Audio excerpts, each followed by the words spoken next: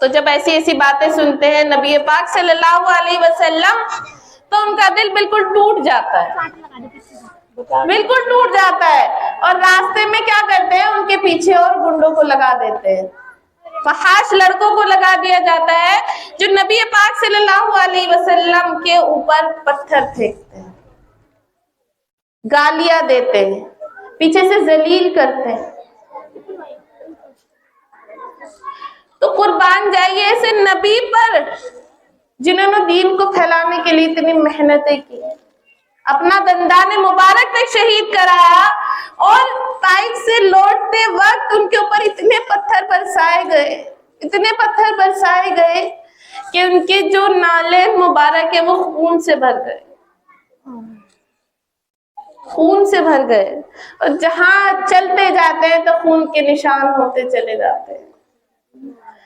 جبرائیل علیہ السلام جو ہے وہ نبی پاک صلی اللہ علیہ وسلم کے پاس تشریف لاتے ہیں جب نبی پاک صلی اللہ علیہ وسلم کی ایسی حالت ہوتی ہے، اور کیا کہتے ہیں کہ اللہ کے نبی صلی اللہ علیہ وسلم اگر آپ حکم دیں تو میں ان دونوں پہاڑوں کو ملا دوں، اور یہ طائف والے جو ہیں وہ اسی کے پیچھ بھیج کر اور دب کر ختم ہو جائیں گے، اور ان کی نسلیں تک تباہ اور برباد ہو جائیں گی۔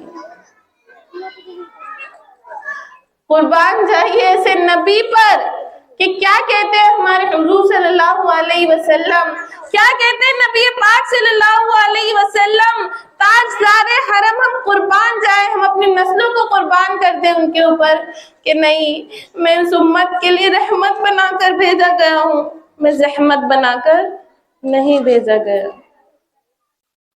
یہ نہ صحیح، شاید ان کی نسلوں میں کوئی مسلمان ہو جائے، شاید ان کی نسلوں میں کوئی مجھے سمجھنے والا پیدا ہو جائے۔ تو آج ہم اس لائے ہوئے دین کا کیا کر رہے ہیں، جو اتنی مشقتوں کے ساتھ یہ دین پھیلا ہے، آج ہم اس لائے ہوئے دین کا کیا کر رہے ہیں؟ دیکھیے دین کے جو ہے وہ 5 ستون ہیں۔ اللہ تبارک و تعالیٰ نے دین میں اتنی آسانی کر دی، اتنی آسانی کر دی، اتنی آسانی کر دی کہ کیا فرمایا کہ دین کے 5 ستون ہیں، صرف 5 ستون ہیں، اور اس میں بھی کیا فرمایا کہ کلمہ شہادت کی گواہی دینا، کہ لا الہ الا اللہ محمد الرسول اللہ، کہ ہم اس بات کی گواہی دیں کہ اللہ تبارک و تعالیٰ کے سوا کوئی بھی معبود نہیں ہے۔ بتائیے کون سا مشکل کام ہے؟ بتائیے صرف ہم یہ کہہ سکتے ہیں کہ ہماری امت کے صرف امیر لوگ اس بات کو کریں گے؟ نہیں، یہ تو امیر غریب کوئی بھی ہو، بچہ بوڑھا، سب کے لیے ہے کہ اپنے دل سے اس بات کی گواہی دے، صرف زبان سے گواہی دینے سے نہیں چلے گا، اپنے دل سے اس بات کی گواہی دیں کہ اللہ تبارک و تعالیٰ کے سوا ہمارا کوئی بھی معبود نہیں ہے، اور نبی پاک صلی اللہ علیہ وسلم جو ہے وہ ہمارے رسول ہے، ہمارے پیغمبر، انہیں اللہ تبارک و تعالیٰ نے ہمارا رسول اور پیغمبر بنا کر بھیجا گیا۔ پہلی بات۔ پھر دوسری بات آتی ہے نماز۔ نماز ہر کسی پر فرض ہے، چاہے کوئی امیر ہو غریب ہو۔ 7 سال کی عمر کے بعد بچے پر کیا فرمایا؟ نماز نہ پڑھنے پر اسے مارو۔ نماز کا حکم دو تم 7 سال کی عمر میں، اور 10 سال کی عمر میں کیا بتایا گیا؟ نماز نہ پڑھنے پر اسے تاکید کرو، اسے مارو۔ تو جب 10 سال کی عمر سے نماز کا حکم دے دیا گیا تو بتائیے نماز کس پر معاف؟ پھر اس کے بعد روزہ۔ اللہ تبارک و تعالیٰ نے یہ نہیں کہا کہ میرے بندو تم سال بھر روزہ رکھو، اسی طرح نماز کے بارے میں نہیں کہا کہ جب اللہ کے نبی کو معراج پر 50 نمازیں دی گئی، اللہ تبارک و تعالیٰ نے تحفے کے طور پر اپنے محبوب کو کیا دیا؟ نمازوں کا تحفہ دیا۔ 50 نمازیں دی گئی تو جب نیچے آ جاتے ہیں، دوسرے آسمان پر آ جاتے ہیں، تو حضرت موسیٰ علیہ السلام کہتے ہیں کہ اللہ کے نبی صلی اللہ علیہ وسلم آپ کی امت نہیں پڑھ پائے گی، آپ کی امت نہیں پڑھ پائے گی۔ تو پھر کم کرانے کے لیے جاتے ہیں اوپر اللہ کے پاس جاتے ہیں, پھر کم ہوتی رہتی ہے, پھر کم ہوتی رہتی ہے, پھر کم ہوتی رہتی ہے. یہ بتائیے کہ حتیٰ کہ 50 میں سے صرف 5 نمازیں بچتی ہیں,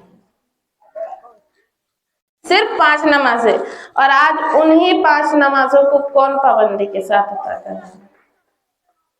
پھر اس کے بعد اللہ تبارک و تعالیٰ نے یہ نہیں کہا کہ تم سال بھر روزے رکھو, نہیں, کیا فرمایا کہ 12 مہینے میں صرف 1 مہینہ ایسا آتا ہے جسے رمضان المبارک کہا جاتا ہے, تم صرف 1 مہینے کے روزے رکھو. اور یہ سب کے لیے, امیروں کے لیے بھی, غریبوں کے لیے بھی. پھر 2 جو بعد کے ستون ہے ان کے بارے میں اللہ تبارک و تعالیٰ کہتا ہے کہ اگر تمہارے پاس اتنی استطاعت ہے کہ تم حج کر سکو تو تم کرو, نہیں تو تمہارے اوپر کوئی فرض نہیں ہے. نماز تمہارے اوپر فرض ہے, روزہ تمہارے اوپر فرض ہے, لیکن حج کے بارے میں کیا بتایا گیا, اگر تم اتنی مال کی استطاعت رکھتے ہو تو تم حج کرو, نہیں تو تمہارے اوپر کوئی فرض نہیں ہے. اسی طرح 5ویں چیز کے بارے میں بتا دیا گیا زکوٰۃ, کہ اگر تم صاحب نصاب ہو تو تم زکوٰۃ ادا کرو, وہ بھی ہر مہینے نہیں, ہر دوسرے مہینے بھی نہیں, بلکہ سال گزر جانے کے بعد تم اپنے مالوں کی زکوٰۃ ادا کرو. تو اللہ تبارک و تعالیٰ کتنا بڑا غفور رحیم ہے. اللہ تبارک و تعالیٰ نے کتنی آسانی ہمارے اوپر کر دی کہ اللہ تبارک و تعالیٰ نے صرف یہ کہہ دیا کہ تم توحید کی گواہی دو, نمازوں کو پڑھتے رہو, روزوں کو ادا کرتے رہو. تو یہ تو فرض چیزیں ہو گئی, اور پھر 2 چیزیں کس کے لیے بتا دی, اگر تم صاحب نصاب ہو تو تمہارے اوپر فرض ہے حج اور زکوٰۃ, اگر تم صاحب نصاب نہیں ہو تو تمہارے اوپر فرض نہیں ہے. دیکھیے پہلی امتوں میں اور نبی پاک صلی اللہ علیہ وسلم تک بھی جو صحابیات تھیں ان کے اندر دین کا بڑا جذبہ تھا. آج کل ہمارے اندر جو ہے وہ دین کے جذبے بالکل ختم ہوتے جا رہے ہیں, بالکل ختم ہوتے جا رہے ہیں, کیونکہ آپ خود ہی اندازہ لگائیے کہ یہاں پر کتنی عورتیں ہوں گی, لیکن اللہ تبارک و تعالیٰ نے صرف رحمت کی نظر سے کسے دیکھا, آپ لوگوں کو اور ہم لوگوں کو رحمت کی نظر سے دیکھا, اور ہم لوگ یہاں پر اکٹھا ہوئے اللہ تبارک و تعالیٰ کا ذکر کرنے کے لیے. تو اسی طریقے سے نبی پاک صلی اللہ علیہ وسلم کے زمانے میں, صحابیات کے زمانے میں کیا تھا کہ نبی پاک صلی اللہ علیہ وسلم کے پاس عورتیں آتی تھی اکٹھا ہو کر, گروہ بنا کر, کہ اللہ کے نبی صلی اللہ علیہ وسلم تمام چیزیں جو ہے صرف مردوں کے لیے ہی نازل ہوتی ہیں, عورتوں کے لیے کیوں کچھ خاص طور سے نازل نہیں ہوتا ہے. کیونکہ ہمیشہ قرآن میں وہی آتی تھی کہ یا الذین آمنو, یا الذین آمنو, اس سے مراد جو تھا وہ مرد بھی مراد ہے اور عورتیں بھی مراد تھی. لیکن دیکھیے قربان جائیے ان عورتیں کے اندر کیسا جذبہ تھا, کہتی ہے کہ نہیں, خاص طور سے ہمارے لیے کچھ ہونا چاہیے, خاص طور سے ہمارے لیے کچھ ہونا چاہیے. تو کیا اللہ تبارک و تعالیٰ فوراً وحی نازل کرتے, وہ عورتیں آ کر بیٹھتی ہی ہیں, نبی پاک صلی اللہ علیہ وسلم سے شکوہ ہی کرتی ہیں. تو اتنے میں اللہ تبارک و تعالیٰ آیت نازل کرتے ہیں کہ ان المسلمین والمسلمات, ان المسلمین والمسلمات, کہ اے اسلام لانے والے مرد اور اسلام لانے والی عورتوں. تو اللہ تبارک و تعالیٰ نے صاف طور پر ظاہر کر دیا کہ مرد اور عورتیں. پھر دوسری حدیث مبارک میں آتا ہے کہ دین کا حاصل کرنا, علم کا حاصل کرنا تمام مرد اور عورتوں پر فرض ہے, تمام مرد اور عورتوں پر دین کا حاصل کرنا فرض ہے. تو دیکھیے ہم لوگ یہاں پر جو اکٹھا ہوئے ہیں وہ کچھ علم حاصل کرنے کے لیے, کچھ دین حاصل کرنے کے لیے, اپنے وقت کو کارآمد بنانے کے لیے, کہ آج ہم جو یہاں پر سیکھے, ہم جو یہاں پر سنے, اس کو جا کر کسی اور کو بھی سکھائے, کیونکہ دین کا پھیلانا بھی فرض ہے. پھر نبی پاک صلی اللہ علیہ وسلم نے ایک اور حدیث بتائی کہ اے معاذ، تم اگر 2 چیزوں کی حفاظت لے لیتے ہو، میں تمہارے لیے جنت کی حفاظت لے لیتا ہوں۔ کہ اگر تم اپنی زبان کی حفاظت کرتے ہو، یعنی دونوں دانتوں کے بیچ کی چیز کی حفاظت کرو اور دونوں ٹانگوں کے بیچ کی حفاظت کرو، تو اللہ تبارک و تعالیٰ تمہارے لیے جنت کی کیا دیتا ہے؟ ضمانت دے دیتا ہے۔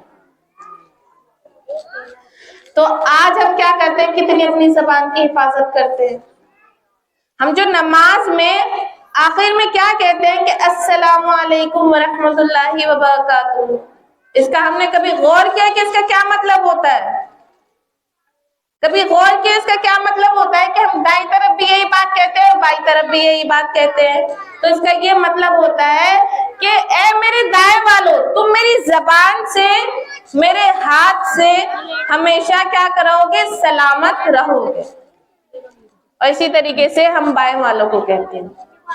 لیکن کیا کرتے ہیں ہم لوگ؟ زبان سے بھی تکلیف پہنچاتے ہیں، ہم ہاتھوں سے بھی تکلیف پہنچاتے ہیں، اور ہم دل میں بھی برا جانتے ہیں۔ دیکھیے دین کا مطلب کیا ہے کہ اپنے آپ کو دین پر قربان کر دینا، اپنے آپ کو بالکل دین پر قربان کر دینا۔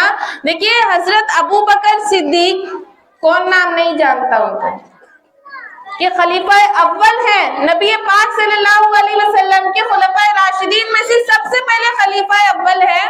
ان کے بارے میں آتا ہے کہ نبی پاک صلی اللہ علیہ وسلم فرمایا کرتے تھے کہ اگر کسی کو زمین پر زندہ لاش دیکھنی ہے، زندہ لاش، تو وہ ابو بکر کو دیکھے، کہ اپنی خواہشوں کو بھی قربان کر دیا، اپنے آپ کو بھی دین پر قربان کر دیا، جو نبی پاک صلی اللہ علیہ وسلم کھاتے وہی کھاتے، جیسے نبی پاک صلی اللہ علیہ وسلم زندگی گزارتے ویسے ہی زندگی گزارتے، جیسے نبی پاک صلی اللہ علیہ وسلم کپڑے پہنتے ویسے ہی وہ کپڑے پہنتے۔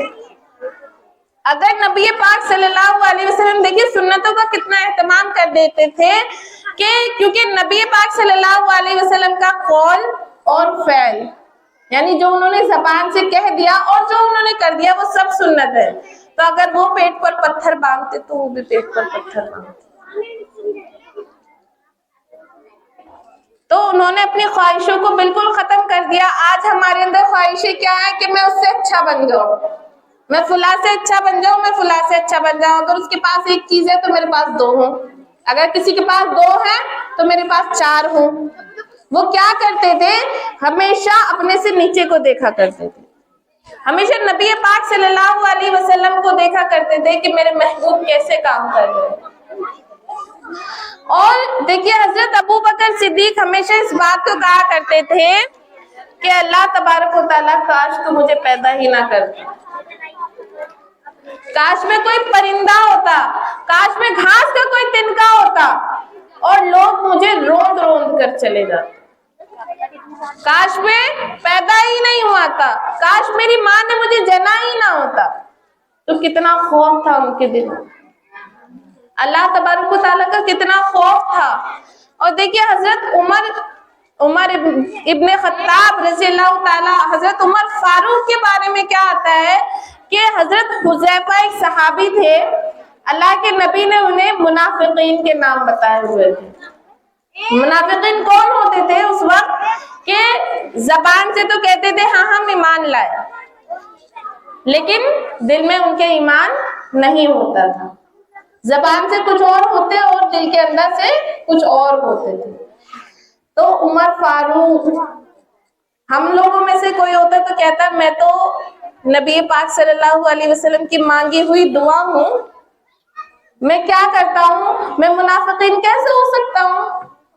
مجھے تو نبی نے اپنی دعاؤں میں مانگا ہے، میں تو وہ ہوں جسے دیکھ کر شیطان بھی اپنا راستہ بدل لیتا ہے۔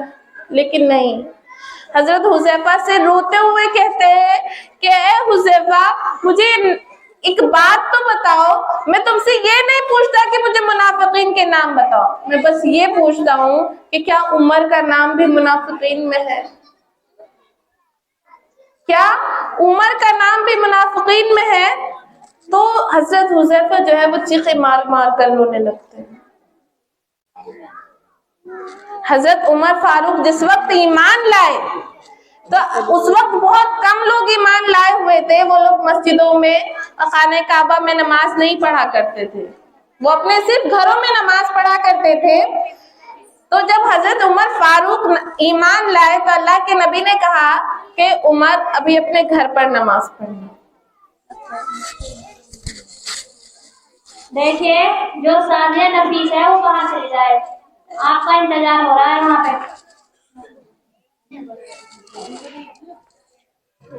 تو جب حضرت عمر فاروق ایمان لے آئے تو کہتے ہیں اللہ کے نبی کہ عمر ابھی اپنے گھر پر ہی نماز پڑھنا, باہر نماز مت پڑھنا اور لوگوں کو مت بتانا. تو کیا کہتے ہیں عمر فاروق کہ اللہ کے نبی صلی اللہ علیہ وسلم کیا ہمارا دین برحق نہیں ہے, کیا ہمارا دین برحق نہیں ہے؟ تو نبی پاک صلی اللہ علیہ وسلم کہتے ہیں بالکل ہمارا دین برحق ہے. تو کیا کہتے ہیں کہ آج کے بعد کوئی بھی اپنے گھروں میں نماز نہیں پڑھے. وہ چھوٹی سی جماعت جا کر خانہ کعبہ میں نماز ادا کرتی ہے. ہوگا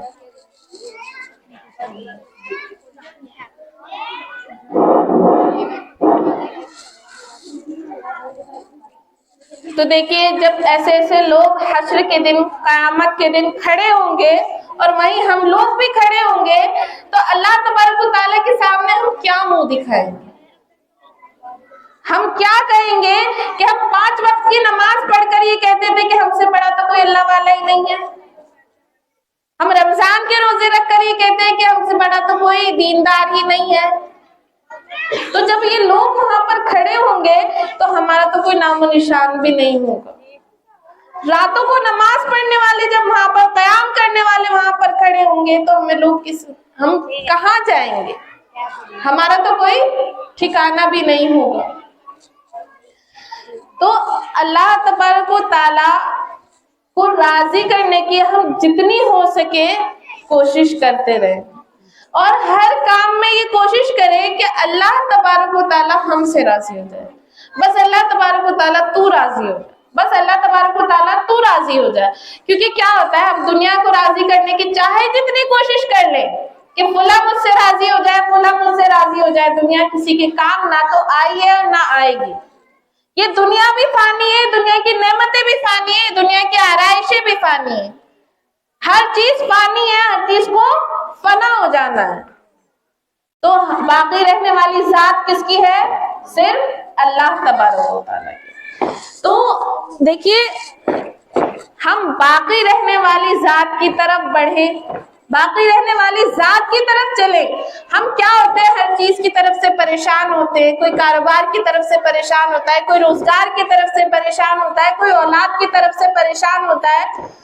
تو وہ کس وجہ سے ہوتا ہے؟ کیونکہ ہم نے اپنے جو اعمال ہیں, جو ہمارے اپنے کام ہیں, وہ ہم نے دنیا کے سپرد کر دی. اگر ہم اپنے کاموں کو اللہ تبارک و تعالیٰ کے سپرد کر دیں کہ اللہ تبارک و تعالیٰ ہم بس تیرے ہی اوپر توکل کرتے ہیں, تو ہی ہمارے کاموں کا بنانے والا ہے, تو اللہ تبارک و تعالیٰ ہمارے کام انشاءاللہ بنا دے گا. لیکن کیا ہے, صرف زبان سے کہنے سے کچھ نہیں ہوگا, ہمارے دل کے حال ایسے ہونے چاہیے. ہمارے دلوں کے اندر وہ بات ہونی چاہیے کہ ہم لوگ کیا کریں, اللہ تبارک و تعالیٰ کے اوپر توکل کر کے بیٹھ جائیں کہ اللہ تبارک و تعالیٰ ہم بس تجھے ہی راضی کرنے کے لیے سارے کام کرتے ہیں, اور تو ہی ہمارے کاموں کا کرنے والا ہے. اب دیکھیے ہم لوگ یہاں پر اکٹھا ہوئے ہیں. میں آپ کو ایک حدیث سناتی ہوں جو کہ حضرت ابو ذر غفاری سے روایت ہے. نبی پاک صلی اللہ علیہ وسلم جو تھے وہ اللہ کی راہ میں کتنا خرچ کیا کرتے تھے. وہ اللہ کی راہ میں اتنا خرچ کیا کرتے تھے کہ کیا کہتے, اے ابو ذر میرا دل یہ چاہتا ہے کہ میرے پاس احد پہاڑ کے برابر سونا ہو. احد پہاڑ, ایک پہاڑ کا آپ اندازہ لگائیے کتنا بڑا ہوتا ہے پہاڑ, اور اتنا سونا ہو میرے پاس, اور تیسرا دن گزرے میرے پاس کچھ بھی باقی نہ رہے, میں دونوں ہاتھوں سے لٹاتا رہوں اللہ کی راہ. میں دونوں ہاتھوں سے کہاں لٹاتا رہوں؟